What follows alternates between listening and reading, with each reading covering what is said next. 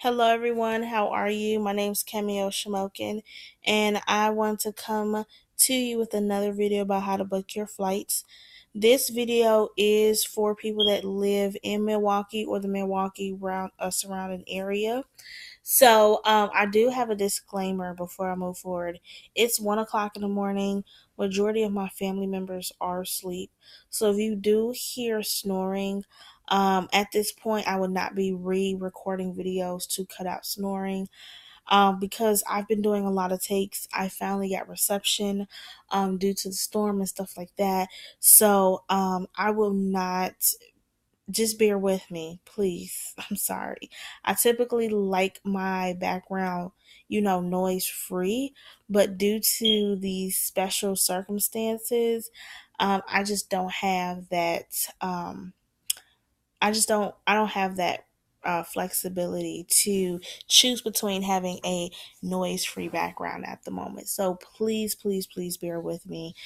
I'm going to try to do these videos as quickly as possible so you can hear as little snoring or anything else as possible. Okay.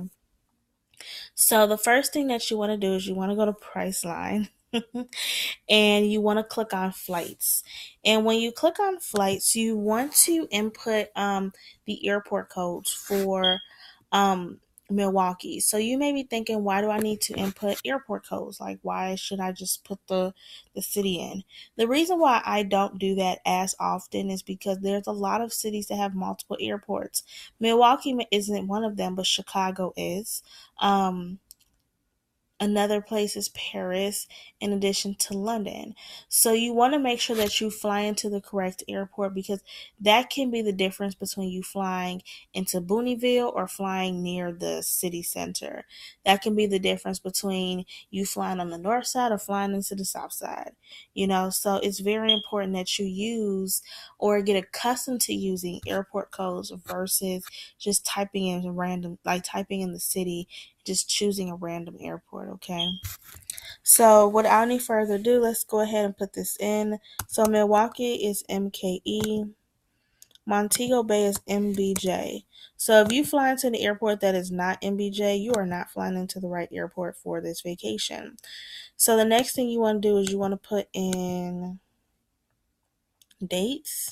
So this is May 27th through the 30th. And then if you're booking for multiple people, definitely, add that. And then you want to press find your flight.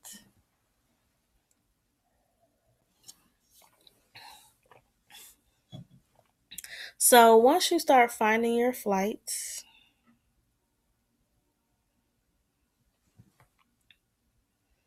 hold on, it's taking a little bit longer. Okay, yes. We're going to basically dissect the flight. So I can show you the difference between a good price flight and a not so good price flight. Here's a flight right here. It's flying out of Milwaukee. So one of the first red flags for me is the fact that it has a really long layover. Okay. I do not like how long the layover is. Um, it's 10 hours and 25 minutes, and then it's in Charlotte, North Carolina. Also, another red flag is how the flight departs at night. So, we're not going to Africa, Europe, or Asia, so there's really no point for you to select a flight that has you leave so late. Um, I would recommend that you guys find a flight that's like the exact opposite. It has you leave very early in the morning. So because of that, I don't really like this flight. It's not a go for me, and we're gonna look for more or a better price flight. So let's scroll, let's scroll, let's scroll, let's scroll. Okay, I like this one. This is perfect. Yeah, this is my cup of tea. Let me tell you why this is my cup of tea. So this flight leaves early in the morning, 5:45 a.m. Perfect. You have a 1 hour and 45 minute layover in Philadelphia, and then you get to Jamaica at 1:35 p.m. So that's great. On your way back, you leave at 2:30 p.m. You have a 1 hour and 40 minute layover in Charlotte, North Carolina, getting you to Milwaukee at 9:12 p.m. That's perfect. So we're going to go ahead and save this flight because I actually want to use it so that we can go ahead and book it through Air Affordable. So here's all the information you need to really book a flight through Air Affordable. So what I want to do is I want to save it. So you want to go to print.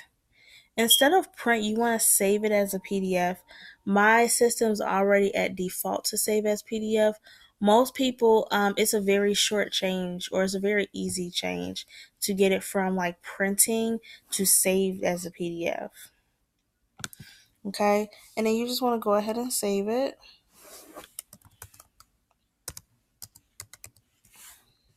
And then we're going to press save. And then now we're going to Air Affordable, you guys. So once you log in and do all that stuff, you will be sent to their calculator screen. And their calculator screen is there to help you determine if you want to book the flight. You can see if you want to do every 2 weeks, 3 weeks, or 4, and all that good stuff. So let's go ahead and put in our dates.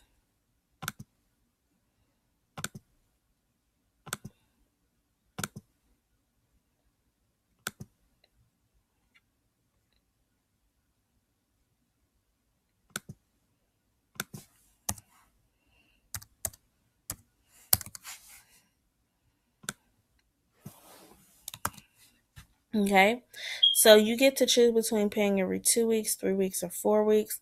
I'm going to go with every 4 weeks. When I do that, this information is going to populate. So the fare cost is the cost that you input. It's going to ask you about the service cost, um, or they're going to tell you about the service cost. So their service cost is typically like 10 to 15% of the total. And then they're going to let you know if you have any applicable air credits or credits with them. And then you have your total cost and then your upfront cost. And then they also let you know what your installment costs are along with the schedule. So definitely read over this information and make sure it's feasible for you. So once you say, hey, I like it, let's go ahead and book it, you're going to go ahead and do just that. So they're going to ask you, where did you find the flight? You got it from Priceline.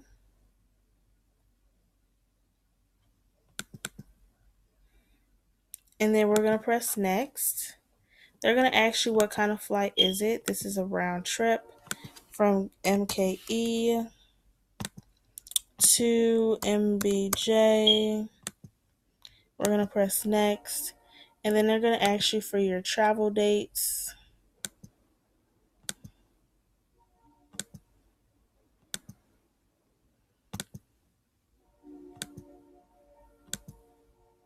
And then they're going to ask you how much did the flight cost.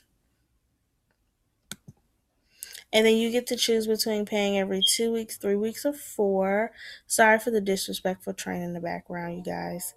I'm going with 4 weeks. The exact same information that populated before is going to populate again. And we're going to press accept. So from here, you get to input your information. So first name, middle, last, gender, date of birth, and seating preferences. And then if you want to add a traveler, you can definitely do that. Um, and then they're going to ask you for your card information. So once you put your card information in, you will go ahead and click and submit your info. Once you submit your info, Air Affordable will basically do their thing. They'll withdraw your deposit. They'll let you know about your payment schedule. They will also let you know about other information that you need to know about, and then you're good to go. I recommend that if you do have any questions, comments, or concerns in regard to Air Affordable, to reach out to their customer support team. They have a really great customer support team, and that lets when should you expect a email back. They're very responsive and very e- um, they're very responsive and very helpful. So you guys are definitely in good hands in regards to that. And then yeah.